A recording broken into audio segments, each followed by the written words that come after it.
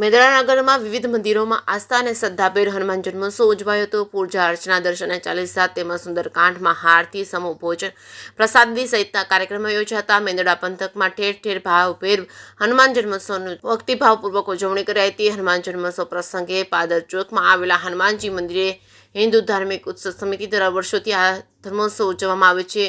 તેમજ પંચમુખી હનુમાન તેમજ હવેલી શેરી માનાના મંદિર તરીકે પ્રખ્યાત બુટિયા હનુમાન તેમજ દીદીનગર સોસાયટી ખાતે બિરાજમાન પવનપુત્ર અને હનુમાનજી મંદિર સહિતના અનેક સ્થળોએ રંગે ચંગે ધામધૂમપૂર્વક હનુમાનજી મહારાજનો જન્મોત્સવ ઉજવવામાં આવ્યો હતો। આ સમગ્ર જન્મોત્સવ દરમિયાન ઠેર ઠેર પૂજા અર્ચના, હનુમાન ચાલીસા, સુંદરકાંડ તેમજ ભજન કીર્તન, ધૂન, મહાઆરતી, સમૂહ ભોજન, પ્રસાદી સહિતના વિવિધ વિસ્તારોમાં કાર્યક્રમો યોજાયા હતા।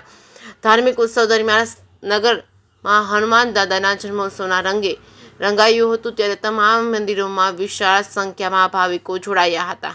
જે ગુજરાતી સાથે કમલેશ મહેતા, મેંદડા। હું ધવલગીરી બાપુ, પંચમુખી હનુમાનજી મહારાજ, મેંદડા, ભરવાડ શેરીમાં હનુમાન જન્મોત્સવની ઉજવણી છેલ્લા 20 થી 25 વર્ષથી અમે કરી રહ્યા છીએ। એમાં તમામ સમાજના લોકો ભજન અને ભોજનનું પ્રસાદ લે છે અને બધાએ સૌ મળીને બધાએ ધામધૂમથી ઉજવીએ છીએ।